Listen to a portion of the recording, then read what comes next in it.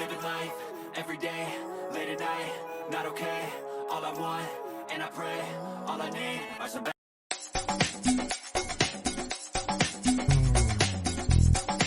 Showbiz Kachika TV.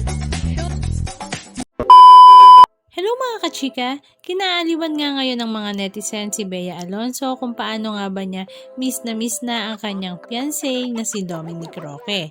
Lumipad nga ang kanyang fiancé na si Dominic Roque papuntang London para nga sa cross-country motorcycle ride kasama nga ang kanyang Euromonkeys friend. At dahil ilang araw na nga itong wala dito sa Pilipinas ay talaga namang miss na nga siya ni Bea Alonzo kaya hindi naman siya nakapagpigil na ibahagi ito sa kanyang social media account. Sa latest post nga ni Bea ay binahagi nga niya ang ilan sa mga video clips ganap kung paano nga ba niya inihatid si Dominic sa airport nang ito nga ay palipad papuntang London. Ang ilan nga sa mga netizens ay talaga namang napareact na ganito pala kaklingi si Bea pagdating kay Dominic Roque na ikinakilig naman ng lahat. Samantala si Dominic Roque naman ay pinasilip nga niya sa kanyang social media account ang ilan sa mga ganap ng kanyang biyahe sa London. Halika at panoorin natin.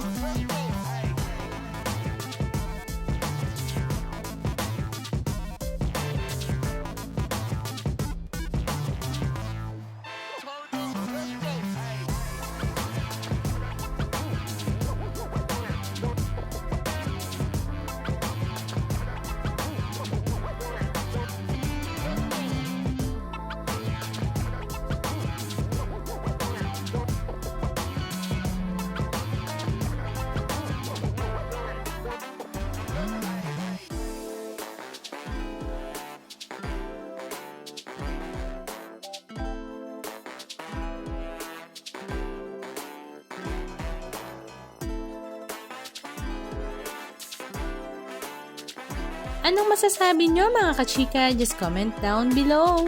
And please don't forget to subscribe. Thank you!